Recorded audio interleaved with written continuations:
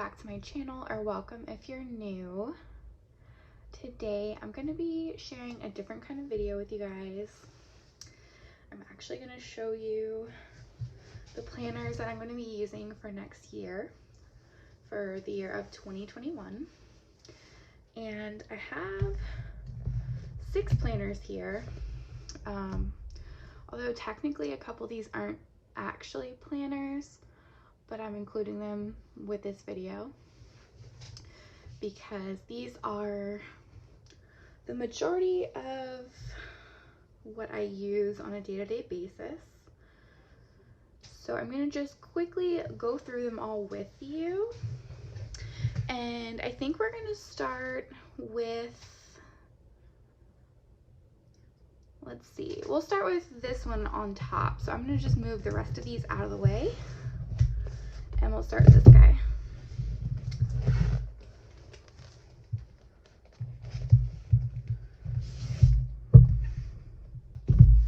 All right, so this is my Leuchtturm 1917, and this is my bullet journal for 2021.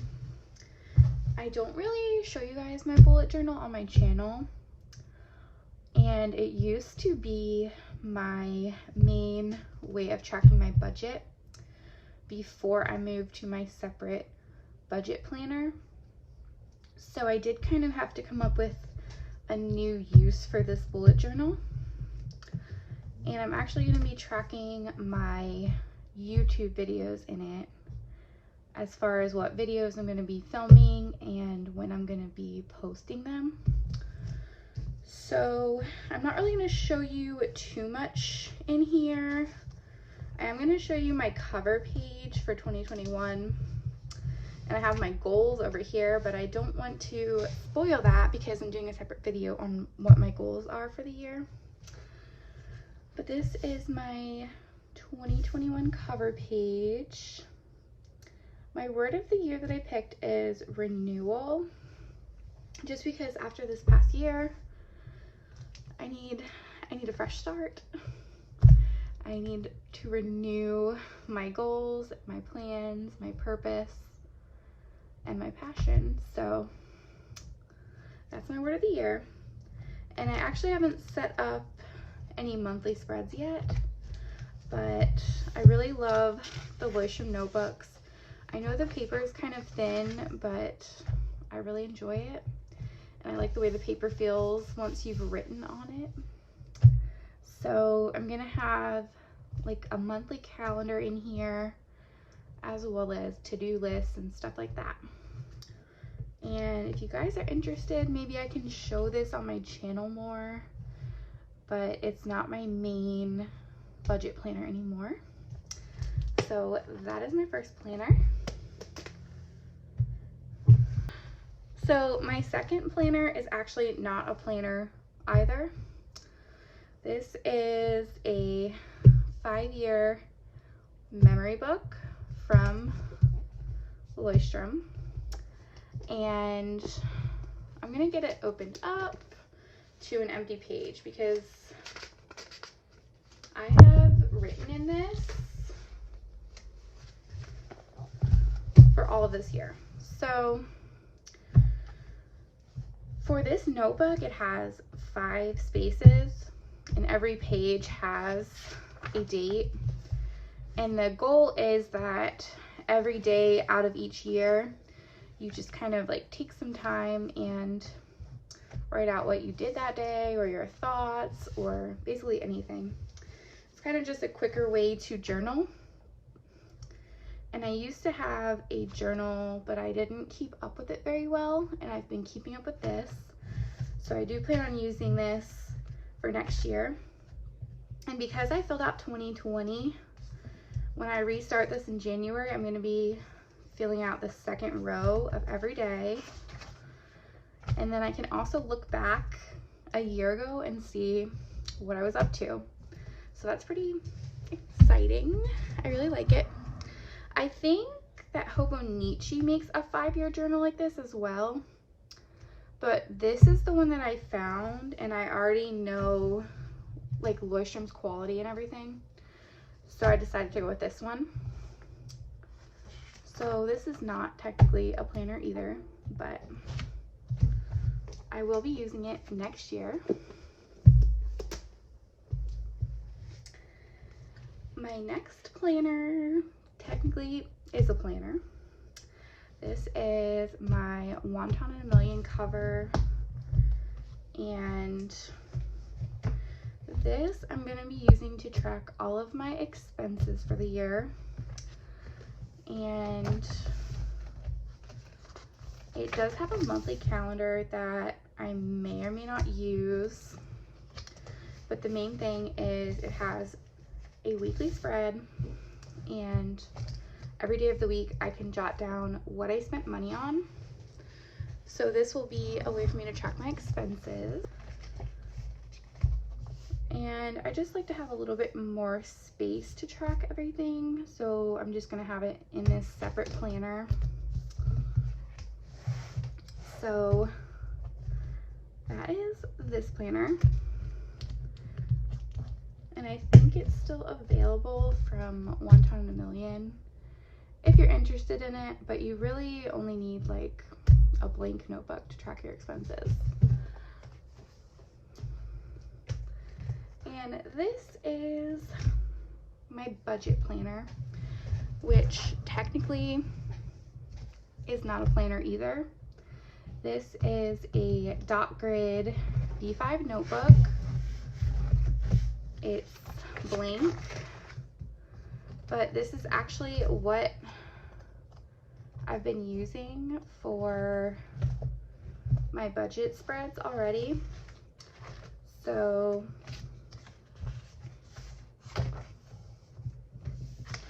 I do plan on continuing to use this, and I know I'm like showing you guys this, but these videos are all already on my channel. So if you want more details, I have a video for like every page of this. But I found that buying a budget planner was not really worth the money necessarily, when all I'm doing is putting stickers and writing in my budget. So I just found that this works just as well, and it's very affordable. And you don't even need stickers for this. You can actually just write everything in yourself. But I do still have space in this notebook for probably 3 more months. So I'm gonna fill this whole notebook up, and then I'll just get a new one. And I may get one with lined paper for next time, just to keep my handwriting a little neater. And then this is a planner, but I'm not really gonna flip through it. This is my Michael's Recollections planner, and I really need to change this cover because it's not really in this season right now. But this is my main planner that I don't film, that has more like personal stuff in it. And I'm gonna just try to flip to like an empty week and show you guys, just because I don't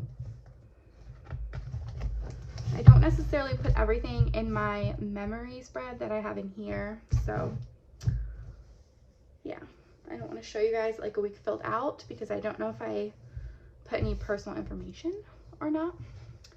But this is a vertical planner, spiral bound, and it was really affordable. I think it was like, I feel like it was under $20 maybe. And I originally got an 18-month planner, so it started in July. So I've been in this planner since, I think I actually started it in August. But I've been in this planner since August, and I'm gonna, I guess, make it till July. But I have been thinking about changing my planner to like a yearly planner instead of academic July to June kind of thing. So I am going to try to make it through July in this planner, but I may end up switching over early. But I think I want to switch back to a January to December planner. So that is this planner. I don't know if there's really anything else I can show you. It has like a year at a glance for 2020, which I don't really use, and then 2021. But I don't really use that for this planner, so I mean, I'll probably just rip it out. That's that. And the planner that you're gonna see probably the most after my budget planner is this planner, which is my Recollections functional binder. And I have used this before. I have my old one. I started using this one in July, and I decided since it is a new year, I'm gonna go ahead and just switch to a new binder, and this one will just go in storage. I'm gonna show like a flip through of it. Probably, I don't know if it'll be before this video posts or after, but I will post a flip through of this because there are some plan with me's that I didn't actually film that if you guys want to see, it'll be in there. So this Recollections functional binder, it's basically like a cloud dupe. I got it on sale for like $9, which is about 10% of the price of a cloud. And it obviously it feels different. It's not as high quality as the cloud, but since I'm not really like taking it out of the house or doing much with it other than just storing my spreads, I don't really need a cloud for that. So that's where we're at right now. So I got the blue for this year, and I don't know if I'm gonna just do 6 months in this binder and then like put it with the other binder or not. I'm not sure, but right now I have the tabs for the first 6 months, and we'll see how chunky it gets. So I left the little divider monthly tabs in just because, why not? I don't have like a cover page for this yet. I might make one, I might not. Like I said, this is just more for storage, and I only really look at it like once a week when I'm doing my spreads. And this is like a cardstock, but they did print like important dates, appointments, birthdays, which I don't know why, because I don't want to write on this cardstock. It's like has like some kind of like a glossy finish to it, almost like photo paper. So I don't really want to write on it with my pens.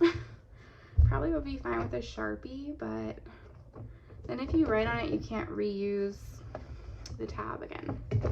So that's that. I have my Aura Estelle inserts, and she sells these for $10 for I think it's 6 months worth of spreads. So all in all, this planner cost me like $20 so far, just for the actual binder itself and these inserts.